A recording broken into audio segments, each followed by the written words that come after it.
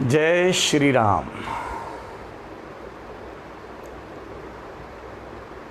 उन्मेष प्रज्ञा प्रवाह काशी प्रांत के द्वारा आयोजित आज के इस व्याख्यान का विषय है कोरोना संकट और प्रभु राम की जीवन दृष्टि। मैं आप सबको सादर प्रणाम करता हूँ।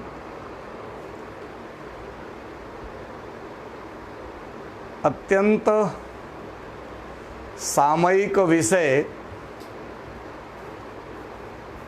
आदरणीय अनुराग पाठक जी ने रखा है। मैं उनको साधुवाद करता हूँ और मुझे यह अवसर प्रदान करने के लिए उनका धन्यवाद भी ज्ञापित करता हूँ। आज पूरा विश्व जिस महामारी से जूझ रहा है उसके अंतर्गत प्रभु राम की जीवन दृष्टि का क्या महत्व है, वर्तमान परिदृश्य में हम कैसे वहाँ से प्रेरणा ग्रहण करके इस महामारी से न केवल स्वयं को, अपने देश और समाज को, बल्कि समूची मानवता को बचा सकते हैं, यह आज की चर्चा का विषय है। यह महामारी कोई नई नहीं है। विश्व में हमेशा से ही समय समय पर इस प्रकार की आपदाएं आती रही हैं और उन आपदाओं में अनेक लोग पीड़ित और प्रभावित भी होते रहे हैं। बचते केवल वे हैं जो अपने मनोबल को बनाए रखते हैं। मानस में ऐसी ही एक स्थिति का वर्णन करते हुए कहा गया, धरीन काहू धीर सबके मन मन सिज हरे, जे राखे रघुबीर ते उबरे तिहु कालमहु। उस भीषण समय में भी वे बच गए जिनकी रक्षा प्रभु राम ने की, अथवा जिन्होंने अपने अंदर के रामत्व को बचा कर रखा। आज भी इस संकट से बचने का बहुत सरल उपाय है प्रभु राम की जो जीवन पद्धति है उसको अपनाना। क्या पद्धति है प्रभु की? सरल पद्धति है, बहुत अत्यंत सरल। अपने आप को इन भौतिक प्रलोभनों से जो बचा पाएगा वह इस महामारी से बच पाएगा। ये प्रलोभन सब प्रकार के हो सकते हैं। व्यक्तिगत भेंट का आकर्षण हो सकता है, धन कमाने का लालच हो सकता है, बड़ों की बात न मानने का दुराग्रह हो सकता है, गुरुजनों और परिजनों की अवहेलना का भाव हो सकता है, और यदि किसी प्रकार से संकटग्रस्त हो ही गया तो फिर मनोबल कमजोर होकर उससे पीड़ित होने का भाव भी हो सकता है। क्या देती है हमको राम जी की जीवन शैली प्रेरणा, उनकी दृष्टि क्या है जीवन को लेकर। बहुत तरह से आप देख सकते हैं। मनु शतरूपा की तपस्या के माध्यम से हमको जो जीवन दृष्टि उन्होंने प्रदान की, वो भी इसका उपचार है। करहि आहार शाक फल कंदा, सुमिरहि ब्रह्म सच्चिदानंदा। तन और मन को स्वस्थ रख कर ही महामारी से बचा जा सकता है। एकांतवास, घरवास, सोशल डिस्टेंसिंग, इन सब चीजों के कारण दो बातें होंगी। तन अस्वस्थ होता है और मन अस्वस्थ होता है।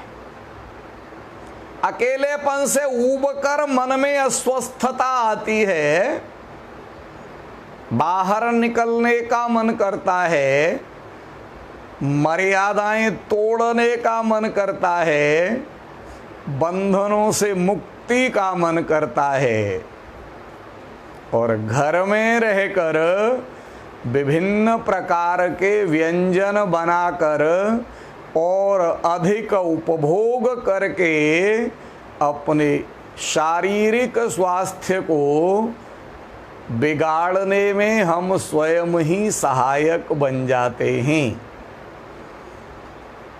तो तन की रोग प्रतिरोधक क्षमता कम हो जाती है और मन कमजोर पड़ने से मनोबल टूटता है। अब क्या होगा? इस अकुलाहट के कारण चिड़चिड़ाहट आती है, मानसिक परेशानी शुरू होती है, एक दूसरे को कोसने का काम आरंभ हो जाता है, जिसके कारण समय व्यतीत होना अत्यंत कठिन हो जाता है। मार्ग क्या दिखाया? प्रभु राम की जीवन दृष्टि क्या है?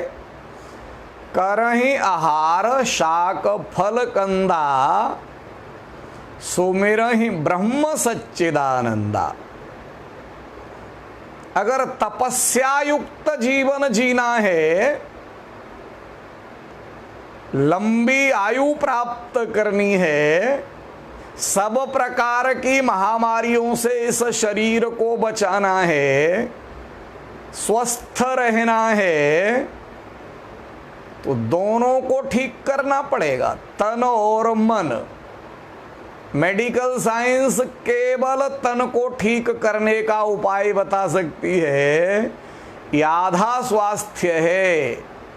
मन को ठीक करने का उपाय तो अध्यात्म के पास है, प्रभु राम के पास है, उनकी जीवन दृष्टि में है।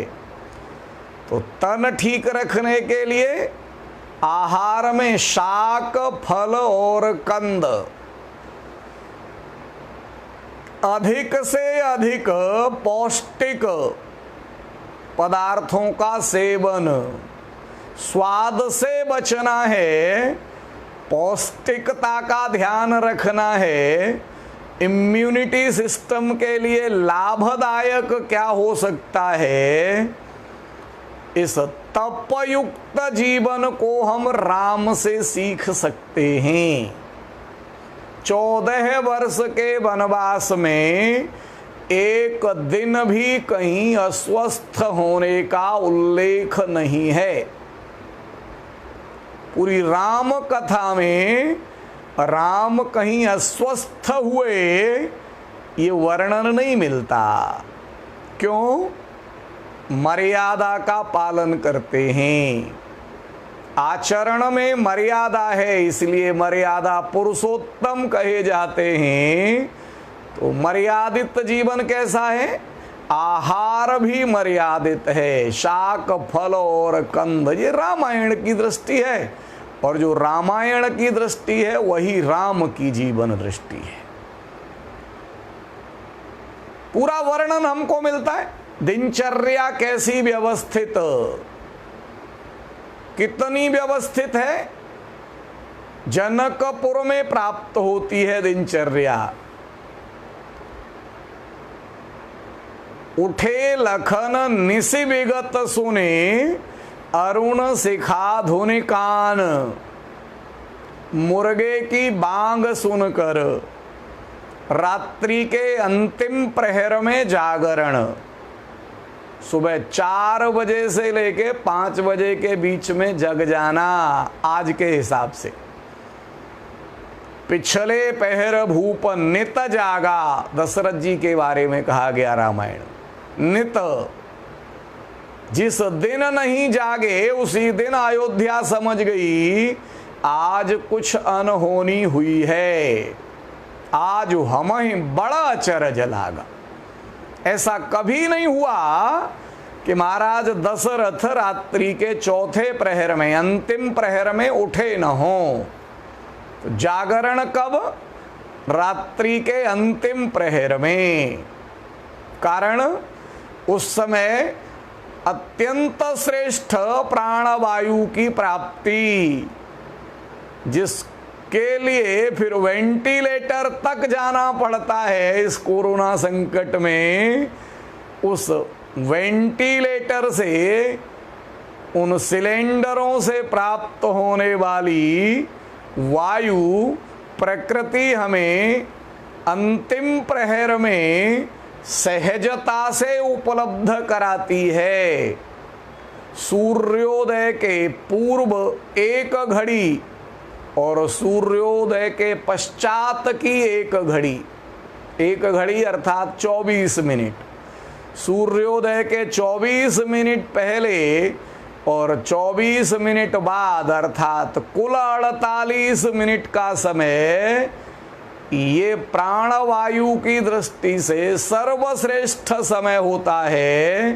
वातावरण में सर्वश्रेष्ठ ऑक्सीजन प्राप्त कर सकते हैं इस समय प्राणायाम करके, इस समय व्यायाम करके, इस समय प्रातःकालीन भ्रमण करके हम प्राणवायु का संचय पूरे दिन भर के लिए पर्याप्त मात्रा में कर सकते हैं।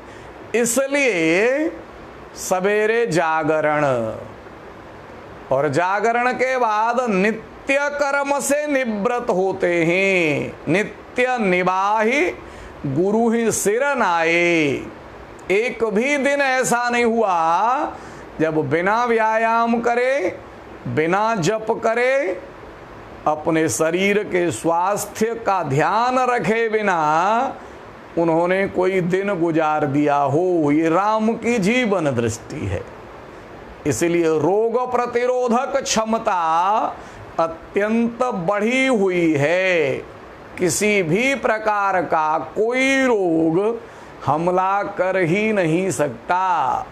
इसलिए वन में बहुत आनंद पूर्वक 14 साल व्यतीत कर सकते हैं। दूसरी बहुत श्रेष्ठ चीज उन्होंने जो वनवास काल में दिखाई, आत्मनिर्भरता।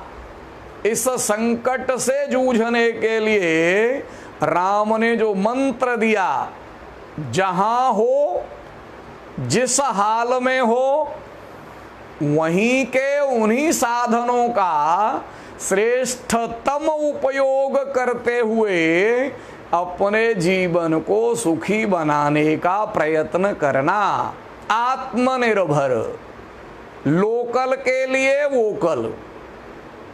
जहां ही उस स्थान को सुंदर बनाना। ये चिंता नहीं करना कि मैं आज यहाँ हूँ, केवल कल चला जाऊंगा, तो फिर मुझे इस स्थान की चिंता क्यों करनी चाहिए। जहाँ रहते हैं उसको अत्यंत पवित्र बनाते हैं, वृक्षारोपण करते हैं, पर्यावरण की चिंता करते हैं। हर जगह जहां जहां राम रहे वहां अपने हाथ से वृक्षारोपण किया, अपने हाथ से पर्णकुटी का निर्माण किया। आत्मनिर्भर हैं, लकड़ियां चुन के लाते हैं जंगल से, कंदमूल लेके आते हैं, स्वयं भोजन बनाते हैं। राम लक्ष्मण सीता, लक्ष्मण गए वन ही जब, लेन मूल फल कंद, अरण्य कांड। नित्य प्रति का नियम है उनका, आत्मनिर्भरता, किसी दूसरे पर निर्भर नहीं है। पूरे 14 वर्ष बिना किसी नगर में जाए कौन गुजारते हैं? राम लक्ष्मण और सीता, जो सब प्रकार के भोगों से गुजर कर आए थे। दशरथ धन सुन धन दल जाहि, अयोध्या के महाराज दशरथ के धन के बारे में जानकर कुबेर लज्जित हो जाएं, ऐसे अयोध्या को छोड़कर आए राम और लक्ष्मण। और जनकपुरी और अयोध्या दोनों के वैभव को छोड़कर आई सीता हमको क्या प्रेरणा देती है? जिस स्थिति में जहां जब हो, उसी स्थिति में आनंद की अनुभूति करना। कभी किसी प्रकार की निराशा, किसी प्रकार की हताशा, कल क्या होगा इसकी चिंता जीवन में आनी ही नहीं चाहिए। सूत्र दिया, आत्मनिर्भर बनो और स्थानीय संसाधनों का प्रयोग करके अपने वर्तमान को सुखकर बनाओ। भविष्य की चिंता में बेमतलब अपने को परेशान करने की कोई आवश्यकता नहीं है। इसके लिए क्या करना पड़ता है? सुमिरहि ब्रह्म सच्चिदानंदा, निरंतर उस सच्चिदानंद परमात्मा का स्मरण। ये भजन बहुत ताकत देता है। कलियुग केवल नाम आधारा। सारे प्रकार के मानसिक संकट जब आए तब व्यक्ति अपने आप को नकारात्मक विचारों में उलझाने की बजाय यदि सकारात्मक सोच में डाल देता है, अपने दुख को कम कर पाता है। औरों का दुख देखा तो या औरों का गम देखा तो मैं अपना गम भूल गया। तब समझ में आती है दुनिया में कितना गम है, मेरा गम कितना कम है। कितने प्रकार के कष्ट, कैसी स्थितियां, सीता जी से भयानक स्थितियां तो नहीं हो सकती ना। चित्र लिखित कपि देखी डराती, या सीयन दीन पग अवन कठोरा। कभी कठोर धरती पर पैर भी नहीं रखा था सीता ने। चित्र देख कर डर जाती थी बंदर का। वो सीता वन में घूमती है और आनंद से घूमती है।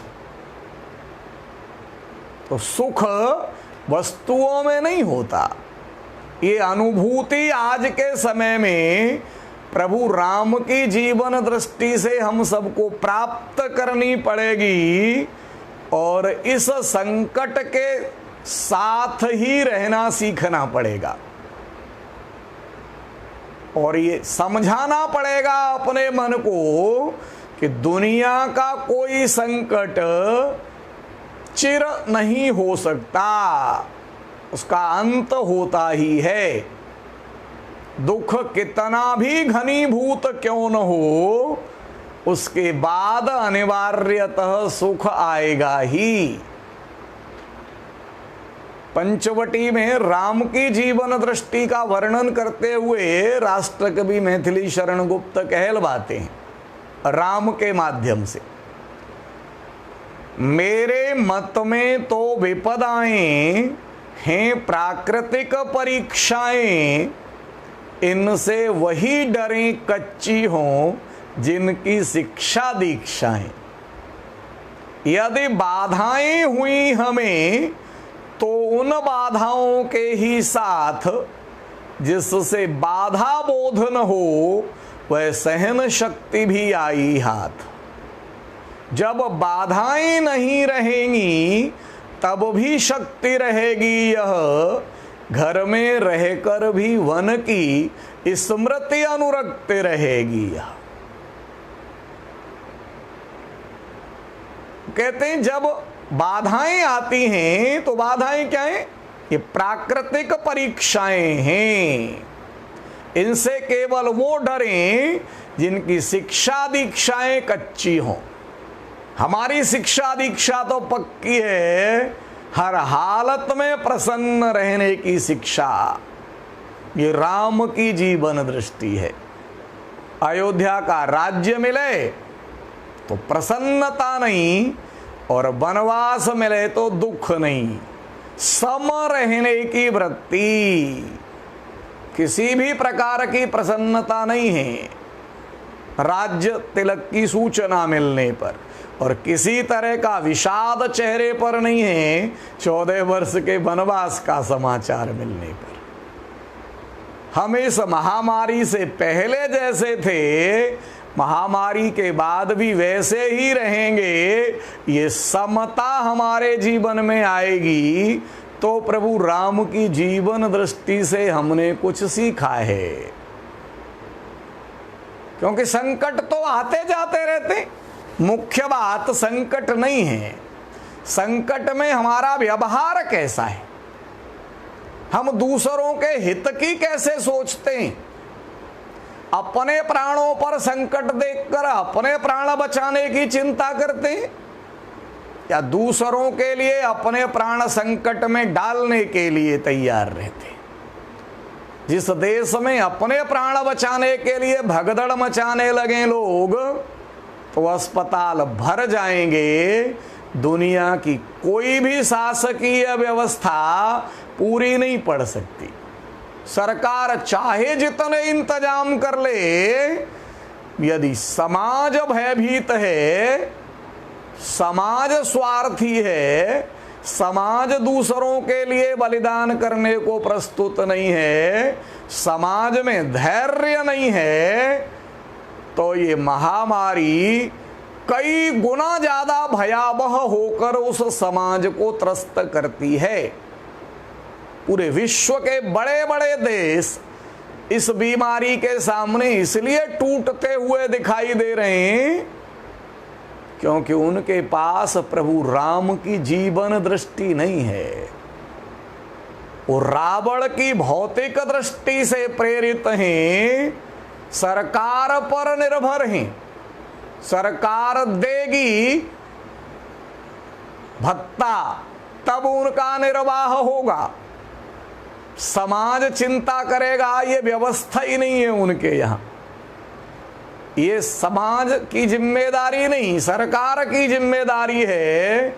और जब इस प्रकार की महामारी आई तो फिर प्रत्येक अपनी जान बचाने के लिए भागने लगा, और सरकार की सारी व्यवस्थाएं जिनको हम विकसित देश कहते थे वहां भी ध्वस्त हो गई। भारत में ऐसा नहीं हुआ तो क्यों नहीं हुआ? भारत में ये व्यवस्थाएं इसलिए ध्वस्त नहीं हुई कि प्रधानमंत्री जी के कहने से पूरा देश एक साथ लॉकडाउन यानी अपने घरों में लक्ष्मण रेखा के अंदर बंद हो गया।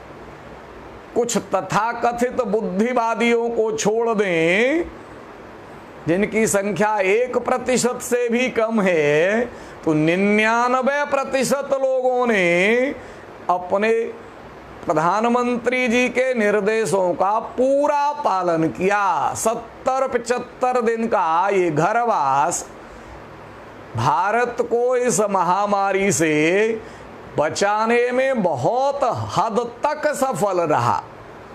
इस बीच में सारी तैयारियां हुई, व्यवस्थाएं ठीक हुई और अनलॉक बंद हुआ, आने जाने की सुविधा प्राप्त हुई, परंतु आत्म संयम ये राम की जीवन दृष्टि से लेना पड़ेगा। कोई देख नहीं रहा तो मैं मर्यादाओं का उल्लंघन करूं, ये फिर रावण की दृष्टि है। सीता हरण के प्रयास में रावण यही तो करता है। इतना ताकतवर है, इतना संपन्न है, जाके डर सुर असुर डराही, दिन रात देवता डरते रहते हैं, असुर डरते रहते हैं, निसिन नींद दिन अन्न न खाही, रात में सो नहीं पाते, दिन में खा नहीं पाते, सो 10 शीस स्वान की नाई, कुत्ते की तरह वो रावण इतउत चितई चला भड़ियाई, किसी भड़िया की तरह, किसी चोर की तरह इधर उधर देखता हुआ, कोई देख तो नहीं रहा क्योंकि मर्यादा का उल्लंघन कर रहा है। जो किसी के भय से मर्यादा के उल्लंघन से रुका हुआ है वो रावण, और जो अंतः प्रेरणा से मर्यादाओं का पालन करता है वो राम। इस अनलोक वन में राम बचेगा, रावण निस्संदेह मरेगा। हर युग में मरता आया है, इस युग में भी मरेगा, चाहे जितने भौतिक साधन उसके पास हों। यदि मर्यादा नहीं है जीवन में तो दुनिया की कोई ताकत उसको बचा नहीं सकती। बचाने का काम केवल मर्यादित आचरण कर पाएगा, केवल रामत्व का प्रकटीकरण ही कर पाएगा। इसलिए अपने अंदर के रामत्व का प्रकटीकरण, जो भारत की अपनी विशेषता है, स्वयं भूखे रहकर दूसरे भूखे व्यक्ति को अपनी रोटी में से रोटी दे देना। इसी कारण इतना बड़ा देश इतने समय के घरवास के अंदर भी बिना ज्यादा कठिनाइयों के सफलता पूर्वक पार पा सका, और आगे भी हम विजयी होंगे, इसमें किसी प्रकार के संदेह का कोई कारण ही नहीं है। भारत जीतने के अतिरिक्त कुछ और जानता ही नहीं है। विजय सुनिश्चित है, रामत्व की विजय होती ही है। बस साहस की आवश्यकता है, धैर्य की आवश्यकता है। संकट साधनों से नहीं जीता जा सकता। रावण के पास इतने साधन हैं और राम साधन विहीन है।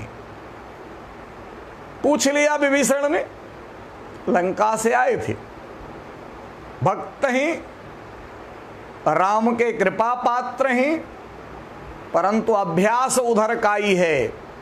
जैसे आजकल के तथाकथित पढ़े लिखे लोगों का अभ्यास उसी जीवन शैली का है। इसलिए सारी समस्या कहां पैदा हुई है? महानगरों में पैदा हुई है, क्योंकि हर बात के लिए सरकार पर अवलंबित है, साधनों पर अवलंबित हैं। ग्रामीण क्षेत्र उससे सुरक्षित है अभी तक, और अगर कहीं गड़बड़ हुई है तो इन माननीय नागरिकों के कारण ही हुई है, जो महानगरों से गांवों में पहुंचे। वो अपना आनंद से राम की जीवन दृष्टि के साथ जीते हैं, सीमित संसाधनों में रहते हैं। सुख के लिए साधन नहीं चाहिए, जीत के लिए संसाधन नहीं चाहिए। पर विभीषण बहुत दुखी हैं। सामने वाले के पास रथ है और आपके पास जूते तक नहीं है, पदत्राण भी नहीं है। केहि विधि जितब वीर बलवाना। इस महामारी का सामना कैसे कर पाओगे? कैसे जीत पाओगे इस संकट से? मनोबल टूटता हुआ सा लगता है विभीषण का। यद्यपि विभीषण वो है जो भीषण से भीषण स्थितियों में भी अपनी विशिष्टता को बनाए रख सके, उसको विभीषण कहा जाता है। लंका में भी रह सकता है, और लंका में हनुमान जी को सूत्र बताता है, सुनहु पवन सुत रहने हमारी, जिम दसन निमह जीभ विचारी। हम ऐसे रहते हैं लंका में जैसे दांतों के बीच विचारी जीभ रहती है। इस विचारी जीभ का अर्थ दो तरह से आप कर सकते हैं। विचारी माने दयनीय हालत में। लंका में उसकी हालत ऐसी थी जैसे दांतों के बीच विचारी जीभ की हालत होती है, पर संत ऐसा मानने को तैयार नहीं है। दोनों में, न तो विभीषण की हालत लंका में ऐसी खराब थी और न जीभ की हालत ऐसी खराब होती है। विभीषण की हालत कैसी थी? लंका में रावण के घर के पास ही घर बना हुआ है। जैसे ही हनुमान जी रावण का घर देख के आते हैं, उसके बाद उनको विभीषण का महल दिखाई देता है। भवन भवन एक पुण्य दीख सुहावा, हर मंदिर तह भिन्न बनावा। तो भवन अच्छा है। लंका में कोई पूजा नहीं करता, विभीषण पूजा करता है। हर मंदिर तह भिन्न बनावा। ये साधारण स्थिति विचारी वाली नहीं है। जहां कोई भजन नहीं करता हो, कोई मंदिर नहीं बनवा सकता हो, वहां भी वो अपनी मर्जी से पूजा करता है। विचारी, तो दयनीयता नहीं है। हनुमान जी महाराज जब रावण की सभा में जाते हैं और रावण आदेश कर देता है, बेगिन हरो मूढ़ कर प्राणा, मारो इसको, और आदेश के पालन के लिए सुनत निशाचर मारन धाये, सचिवन सहित विभीषण आए। तब विभीषण आते हैं, और कैसे आते हैं? सचिवन सहित। दयनीय आदमी के पास लंका में सेक्रेटरी नहीं हो सकते। और रावण के आदेश के बाद विभीषण कहते हैं, रुको, नीति विरोधन मारिय दूता। ये नीति के विरुद्ध है, दूत को मत मारिए, दूत का वध नहीं किया जाता। और रावण के आदेश पर विभीषण का आदेश भारी पड़ा। पूरी सभा ने समर्थन किया विभीषण का। विभीषण ने कहा, आन दंड कछु करिय गोसाई, सब ही कहा मंत्र भल भाई। पूरी सभा ने कहा एकदम सही सलाह है। रावण के आदेश के विरोध में विभीषण की बात का लंका की सभा में पूरा समर्थन। तो विचारी का मतलब दयनीय तो नहीं हो सकता। और इधर जीभ की स्थिति भी दांतों के बीच में विचारी। दांत जीभ का कुछ नहीं बिगाड़ सकते 32 मिलकर, और जीभ दांतों का सब कुछ बिगाड़ सकती है, दोनों तरह से। डॉक्टर के पास जाके जीभ ये कह सकती है, ये 32 के 32 दांत निकाल दो, बहुत दर्द है इनमें, और 32 बाहर निकलवा सकती है वैधानिक तरीके से। और अवैधानिक तरीके से भी चौराहे पर किसी दादा टाइप आदमी को ये जीभ गाली दे के चुपचाप अंदर चली जाए, 32 बाहर हो जाएंगे। तो जीभ विचारी है, ये दयनीय वाली विचारी नहीं है। जीभ भी दांतों के बीच में। तो क्या सूत्र देते हैं विभीषण वहां? लंका में भीषण स्थितियों में भी सुरक्षित कैसे रहा जा सकता है? जैसे दांतों के बीच में विचारी जीभ, विचारी माने विचार पूर्वक अपनी मर्यादा में। जीभ जब तक मर्यादा में रहती है तब तक सारे दांत मिलके उसे कोई क्षति नहीं पहुंचा सकते। 32 दांत पूरी ताकत लगा दें, खूब किटकिटाएं, लेकिन जीव मर्यादा में है तो उसे कोई क्षति नहीं पहुंचा सकते। यदि हम अपनी मर्यादा में रहेंगे तो कोई महामारी हमें किसी प्रकार की क्षति नहीं पहुंचा सकती। परंतु यदि मर्यादा का उल्लंघन किया तो एक कोरोना वायरस, एक कोई सा दांत इस जीभ को लहूलुहान कर सकता है। ये विभीषण अपनी पद्धति से समझाते हैं, पर वही विभीषण आज बड़ी महामारी को अपने सामने देखकर, रावण को अपने सामने देखकर व्यथित होने लगे हैं, मनोबल टूटने लगा है। और तब राम की जीवन दृष्टि उनके इस मनोबल को बढ़ाने का काम करती है। राम धीरे से कहते हैं, आप चिंता मत कीजिए, जय होई सो स्यंदन आना। जिससे विजय प्राप्त होती है वह रथ तो दूसरा ही है। इन रथों से किसी को विजय प्राप्त नहीं होती। इन रथों से जीतते तो अमेरिका कब का जीत चुका होता महामारी से। ये सारे विकसित देश कुछ ही दिनों में इस महामारी पर काबू पा लेते।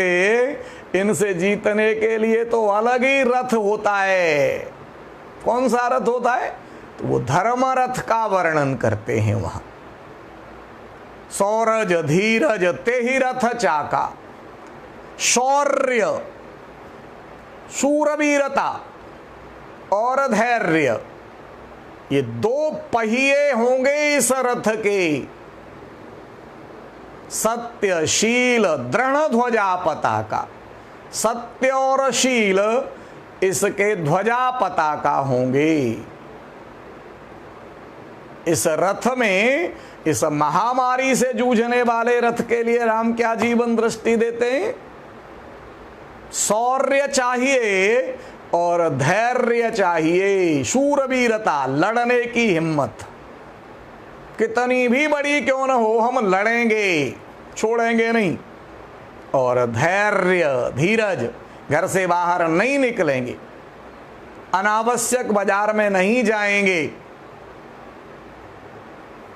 अपने आप को नियंत्रण में रखेंगे। बल विवेक दम परहित घोड़े, 4 घोड़े रथ में लगते हैं। इस धर्म रथ के 4 घोड़े हैं। बल, अपनी इम्यूनिटी को मजबूत करना, रोग प्रतिरोधक क्षमता को बढ़ाना। बल, विवेक, क्या खाने योग्य है, क्या न खाने योग्य है, कहाँ जाना चाहिए, कहाँ नहीं जाना चाहिए, सोशल डिस्टेंसिंग का पालन कैसे करना चाहिए, मास्क लगाना क्यों आवश्यक है, हाथ धोना क्यों आवश्यक है, कितनी दूरी बनानी है, छींकना कैसे है, खांसना कैसे है। विवेक, ये विवेक है। करणीय क्या है, अकरणीय क्या है, अच्छा क्या है, बुरा क्या है, उचित क्या है, अनुचित क्या है, ये विवेक जिसके पास है वो इस महामारी से स्वयं बचेगा और दूसरों को बचाएगा। दम, दमन करना, अपनी इंद्रियों का दमन। ये मन बार बार बाहर जाने को करेगा, जो इसका दमन कर लेगा वो लक्ष्मण रेखा का पालन कर सकता है। कार्यालय जाएगा पर किससे कितनी दूरी बनाकर रखनी है, हाथ नहीं मिलाना है, गले नहीं मिलना है, नमस्ते करनी है। जैसे जैसे इंद्रियों का दमन वो कर लेगा वैसे वैसे सुरक्षित रहेगा। बल विवेक दम। और चौथा घोड़ा है परहित, दूसरे के हित में लगा रहना, दूसरे को किस प्रकार से वो मदद कर सकता है, कैसे इस संकट के समय में उसके मनोबल को बढ़ाने में सहायक हो सकता है, किस प्रकार उसके जीवन को और व्यवस्थित करने का काम कर सकता है। क्षमा, दया, समता, रजु जोरे, ये 4 घोड़े और 3 लगाम इनकी। विवेक को लगाम की जरूरत नहीं होती, क्योंकि उस पर तो अंकुश लगाना नहीं है। बल को चाहिए 1 लगाम, दमन के लिए चाहिए 1 लगाम, और परहित के लिए भी चाहिए 1 लगाम। तो क्षमा, दया, समता, इन 3 प्रकार की लगामों से इन 4 घोड़ों को नियंत्रित करने का काम जो कर लेता है, वो कैसी भी बड़ी से बड़ी महामारी से पार पा सकता है। ये धर्म रथ है। विस्तार से वर्णन है, विषय उस कथा का नहीं है, विषय है कोरोना संकट और प्रभु राम की जीवन दृष्टि। खान का विषय हो, वो पान का विषय हो, वो मिलन का विषय हो, वो धैर्य का विषय हो, प्रत्येक क्षेत्र में प्रभु राम अपने आचरण के माध्यम से हम सबका मार्गदर्शन करते हैं। आज के इस संकट की घड़ी में उनका नाम सतत स्मरण करते रहने से नामी के गुण हमारे जीवन में आते। बीमारी से नहीं मरता आदमी, बीमारी के भय से मरता है। इस भय को बाहर निकालने में सहायक है राम का जीवन और चरित्र। कुंभकर्ण जैसा विराट विकराल महामारी का रूप लेकर आने वाला योद्धा, ये महामारी ही तो है पूरी। कैसी हालत में आता है? यह निश्चर दुकाल समहई, कपिकुल देश पर न बचहई। ये दुकाल की तरह है, महामारी की तरह है, बानर कुल के देश के ऊपर आक्रमण करना चाहता है, सबको कुचलता, समाप्त करता, संक्रमित करता हुआ चला आ रहा है। और भगदड़ मच गई। और भगदड़ मची तो राम ने क्या किया? आज जरा सी स्थिति में कैसी भगदड़ होती है हमने देखा है। रेलवे स्टेशनों की कैसी हालत हो जाती है, दिल्ली की कैसी हालत हो गई, प्रवासी मजदूरों की वापसी के समय कैसी हालत हो गई, आज शराब के ठेके जरा से खुलते ही कैसी हालत हो जाती है। उस सब हालत का उपाय क्या है? उपाय है वीरता के साथ सामना करना, अपना स्वयं का उदाहरण समाज के सामने प्रस्तुत करना। जब महामारी चली आ रही है और वानर सेना भागने लगी, तब बहुत समझदार लोगों को राम प्रेरित करते हुए कहते, उसके साथ स्वयं भागे नहीं। बुद्धिजीवियों का काम पलायन करना नहीं है। राम की जीवन दृष्टि से क्या सीखना?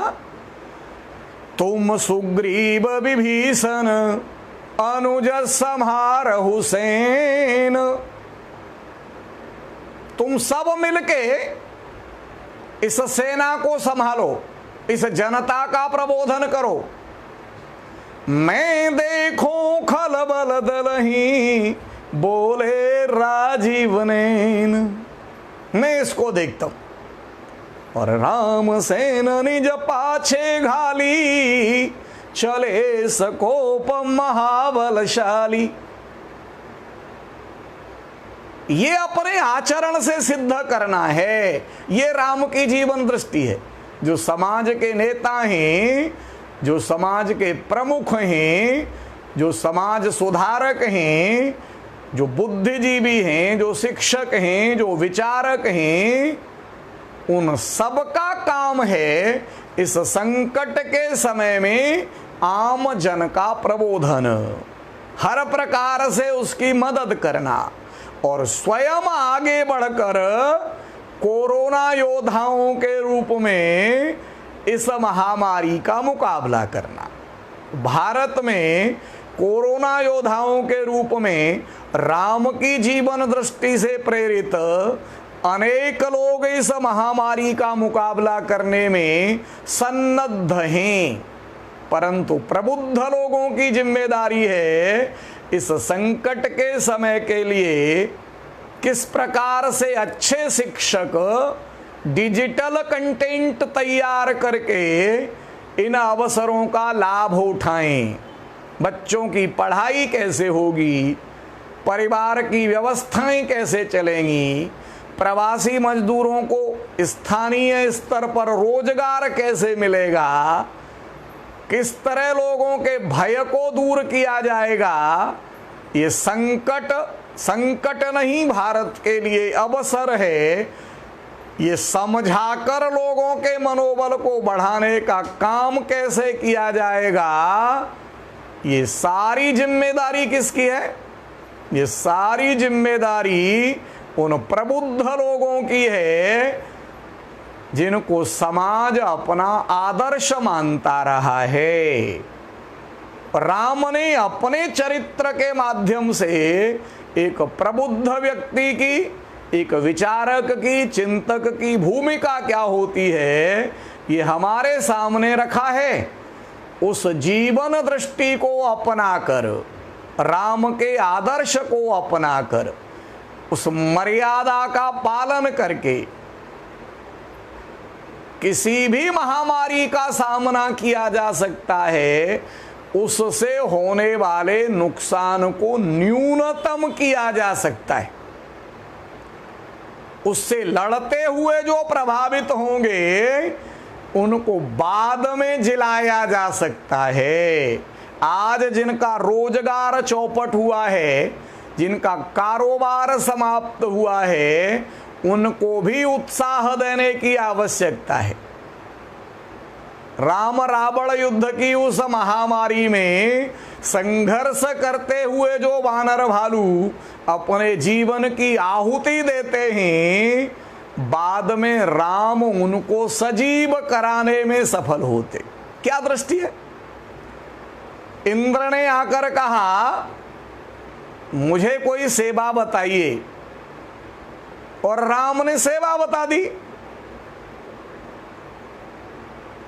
मम ही तलागी तजे इन प्राणा, इन ही जियाऊ सुरेश सुजाना। इन्होंने मेरे लिए अपने प्राण त्याग दिए इस राष्ट्र के लिए। इस महामारी के समय में अपना सारा कारोबार चौपट कर दिया। हे इंद्र, हे स्वर्गाधिपति, हे पूंजीपति वर्ग, इन्हीं जियाऊ, अब तुम्हारी जिम्मेदारी है इनको जिलाओ। जो अच्छे लोग हैं, जो सद्गुण वाले लोग हैं, जिन्होंने राष्ट्र के लिए, समाज के लिए, जान है तो जहान के लिए अपने सारे कारोबार चौपट कर लिए, धीरे धीरे इनको जिलाने का काम पूंजीपति वर्ग को करना है। इन्हीं जियाऊ सुरेश सुजाना। और इंद्र वो काम करता है। हमारा पूंजीपति वर्ग भी, इस देश का संपन्न वर्ग भी राम की जीवन दृष्टि से प्रेरित होकर सुधा वृष्टि करेगा ही।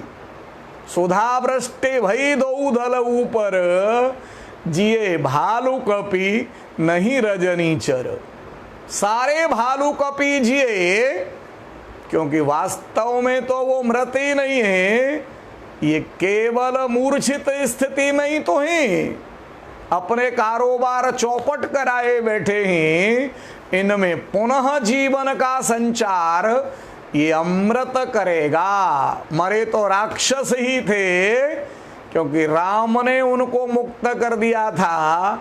जो मर गए उनको फिर पुनर्जीवन नहीं मिलता, नहीं रजनीचर। राम उनको मुक्त कर चुके थे। जिन दुर्गुणों की समाज को आवश्यकता नहीं है, जो मर्यादा का पालन नहीं कर सकते, उनको समाप्त हो ही जाना चाहिए, ये दृष्टि अपने आप आ जाती है, कोई करता नहीं है। राम किसी को मारते नहीं, राम तो कृपा पूर्वक उनको भी अपना धाम दे देते हैं। इस महामारी के दौर में जो हड़बड़ाहट वाले हैं, जो भौतिकता के प्रेमी हैं, वो धीरे धीरे इससे पीड़ित होते जा रहे हैं। भय के कारण अब मेरे बाद मेरी संपत्ति का क्या होगा, इस सोच के कारण अपने प्राण दे रहे हैं, क्योंकि मनोबल टूट रहा है और सांस लेने में जैसे ही कठिनाई हो रही है तो फिर प्राण जा रहे हैं, क्योंकि इम्यूनिटी कमजोर है। राम की जीवन दृष्टि से कभी प्रेरित नहीं हुए, संचालित नहीं हुए, रावण की पद्धति के अनुयायी रहे, इसलिए आज इस भयानक स्थिति में हैं।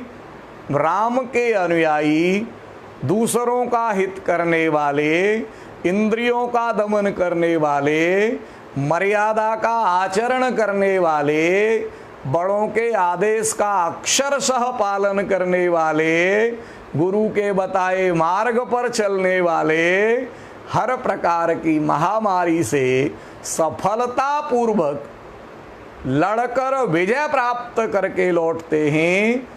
तय हमें करना है, राम की जीवन दृष्टि के माध्यम से इस कोरोना पर विजय प्राप्त करेंगे या रावण का अनुगमन करके परिवार सहित स्वयं को नष्ट कराने की ओर बढ़ेंगे।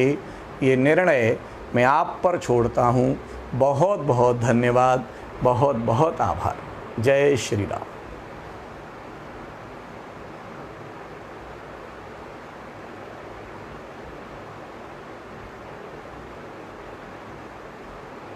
हाँ।